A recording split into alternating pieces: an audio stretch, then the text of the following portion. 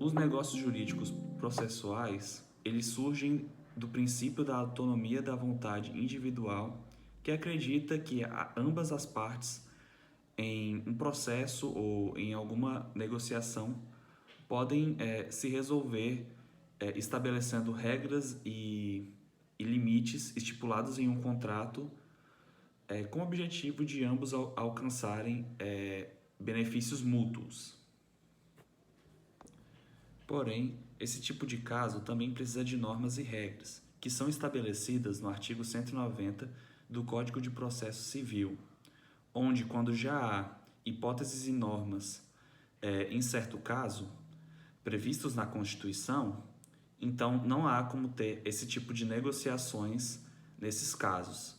Eles são mais para resolver esses casos antes que tenha conflito, para resolver a situação entre ambas as partes.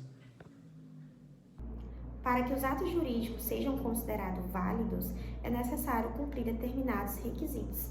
Esses requisitos eles são essenciais para garantir com que a lei ela realmente esteja sendo cumprida e traz segurança jurídica aos envolvidos no processo. O primeiro requisito indispensável para que o negócio seja válido é os agentes serem capazes, ou seja, quem pode participar. É necessário que sejam pessoas maiores de 18 anos e que estejam em plena posse de suas faculdades mentais, que possam ali decidir por si próprio o que é certo e o que é errado. O segundo requisito é o objeto lícito do negócio. O objeto lícito é aquilo que está sendo negociado, e aquilo que está sendo negociado precisa estar prescrito e previsto na lei. Um exemplo disso é como funciona a venda de um carro. O terceiro requisito é a forma prescrita na lei. Isso define como determinados negócios devem seguir uma legislação específica. Um exemplo muito comum disso é como funciona a venda de um imóvel e a exigência da escritura pública. Você sabia que em um processo judicial as partes podem negociar as regras do jogo? Bom, isso que chamamos de negócios jurídicos. Mas isso não é uma liberdade infinita, ela tem o seu teto.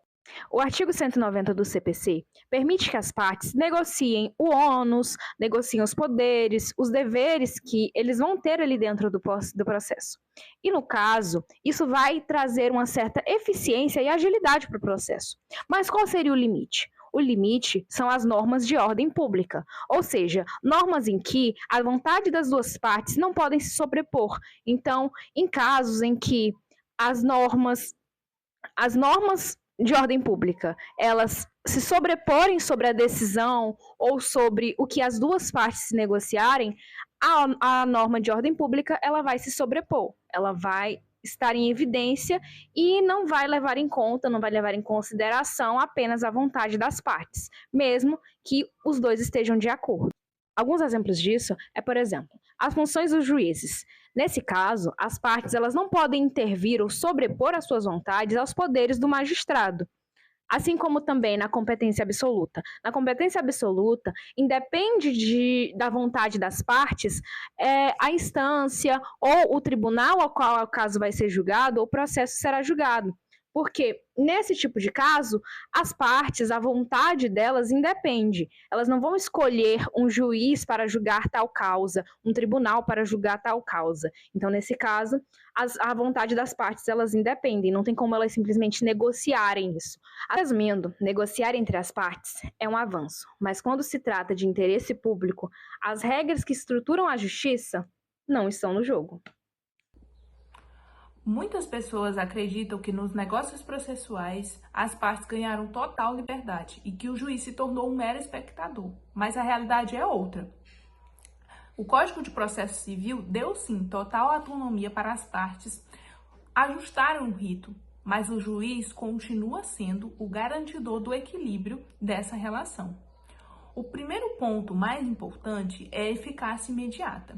Esses acordos, como mudança de prazo ou o ônus da prova, já começam a valer a partir da assinatura das partes, sem necessidade daquele carimbo ou da homologação prévia por parte do juiz para funcionar.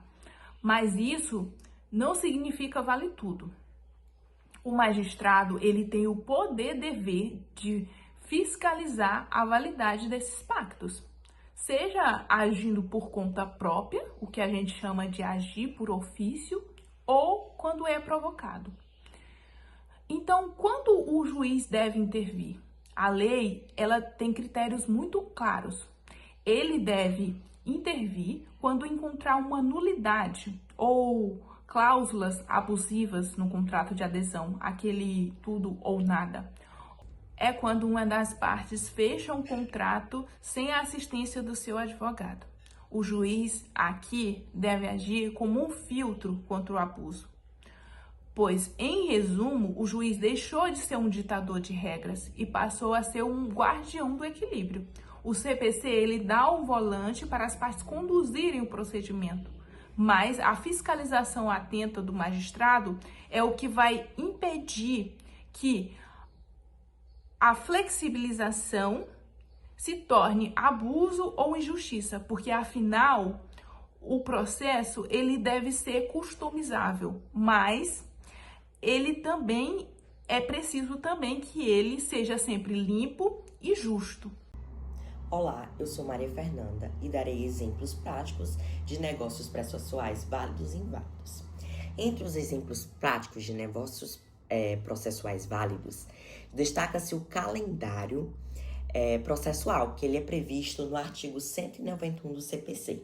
Nesse caso, as partes, em conjunto com o juiz, estabelecem previamente as datas para a prática dos atos processuais, dispensando futuras intimações e proporcionando a maior previsibilidade e celeridade ao processo.